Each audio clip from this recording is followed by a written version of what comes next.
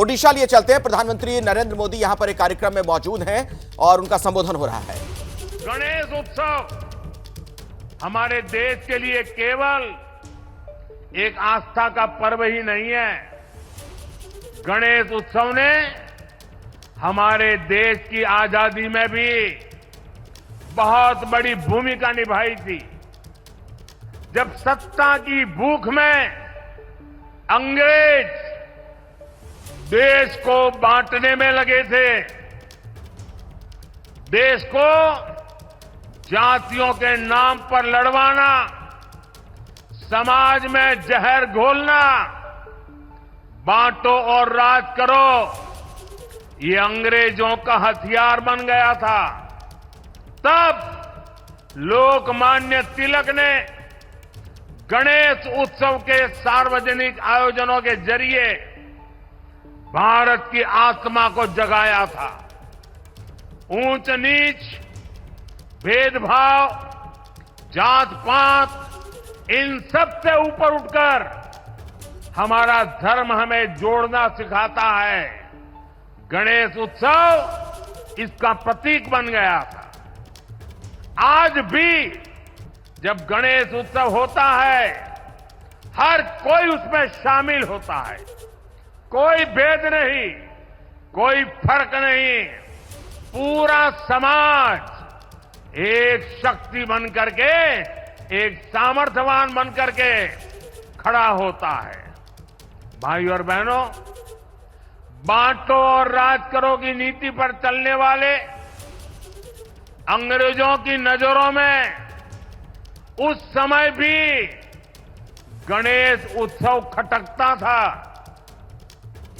आज भी समाज को बांटने और तोड़ने में लगे सत्ता के भूखे लोगों को गणेश पूजा से परेशानी हो रही है। आपने देखा होगा, कांग्रेस और उसके इकोसिस्टम के लोग पिछले कुछ दिनों से इसलिए भड़के हुए हैं क्योंकि मैंने गणपति पूजन में हिस्सा लिया था। और तो और कर्नाटका में जहां इनकी सरकार है, वहां तो इन लोगों ने और भी बड़ा अपराध किया। इन लोगों ने भगवान गणेश की प्रतिमा को ही सलाखों के पीछे डाल दिया। पूरा देश उन तस्वीरों से विचलित हो गया। ये नफरत भरी सोच, समाज में जहर घोलने की ये मानसिकता, ये हमारे देश के लिए बहुत खतरनाक है। इसलिए ऐसी नफरती ताकतों को हमें आगे नहीं बढ़ने देना है। साथियों, हमें साथ मिलकर अभी कई बड़े मुकाम हासिल करने हैं। हमें उड़ीसा को, अपने देश को सफलता की नई ऊंचाइयों पर लेकर जाना है। ओडिशा बांसी करो समर्थनो पोइमो चिरऋणी मोदी रो आशा, सारा भारत को ही वो सुनना रो ओडिशा। मुझे विश्वास है विकास की रफ्तार आने वाले समय में और तेज होगी।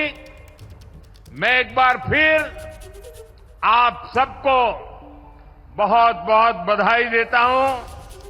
मेरे साथ बोलिए, जय जगन्नाथ, जय जगन्नाथ, जय जगन्नाथ। भारत माता की, भारत माता की। बहुत बहुत धन्यवाद। तो पीएम लाभार्थी आवास योजना के जो तमाम लोग वहां पर मौजूद थे, उनसे प्रधानमंत्री मोदी का ये इंटरेक्शन भी हुआ, उनसे बातचीत भी हुई है। तो बड़ा कार्यक्रम और इसमें प्रधानमंत्री मोदी का संबोधन आप सुन रहे थे। तो ओडिशा में प्रधानमंत्री नरेंद्र मोदी आज मौजूद हैं और ये देख सकते हैं तस्वीरें भी आप, जब वहां पर तमाम मौजूद जनता का हाथ हिलाकर उन्होंने अभिवादन किया। और प्रदेश के राज्यपाल रघुवर दास को भी आपने देखा मंच पर। तो ओडिशा से कांग्रेस पर भी प्रधानमंत्री मोदी ने प्रहार किया कि कांग्रेस को अब गणेश पूजा मेरे करने से भी दिक्कत है। यह कहते हुए कांग्रेस पर उन्होंने हमला किया है कि कांग्रेस को अब गणेश पूजा से भी दिक्कत है।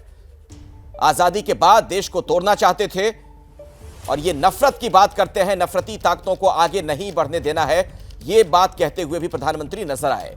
मैंने गणेश पूजा की तो कांग्रेस भड़क गई। ओडिशा से कांग्रेस पर प्रधानमंत्री मोदी का यह वार, और इस दरमियान कई विकास योजनाओं का भी उन्होंने लोकार्पण किया, उद्घाटन किया, जिसकी तस्वीरें आप देख सकते हैं।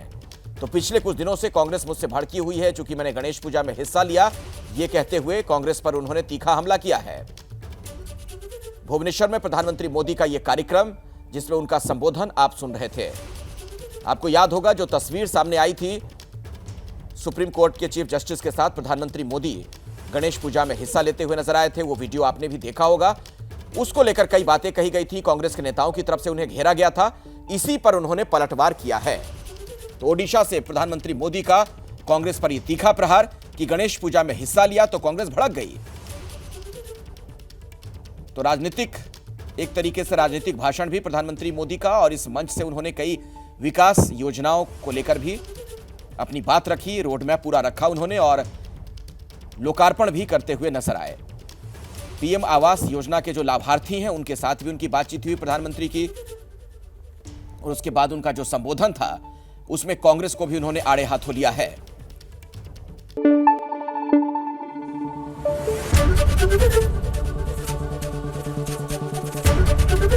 एबीपी न्यूज आपको रखे आगे।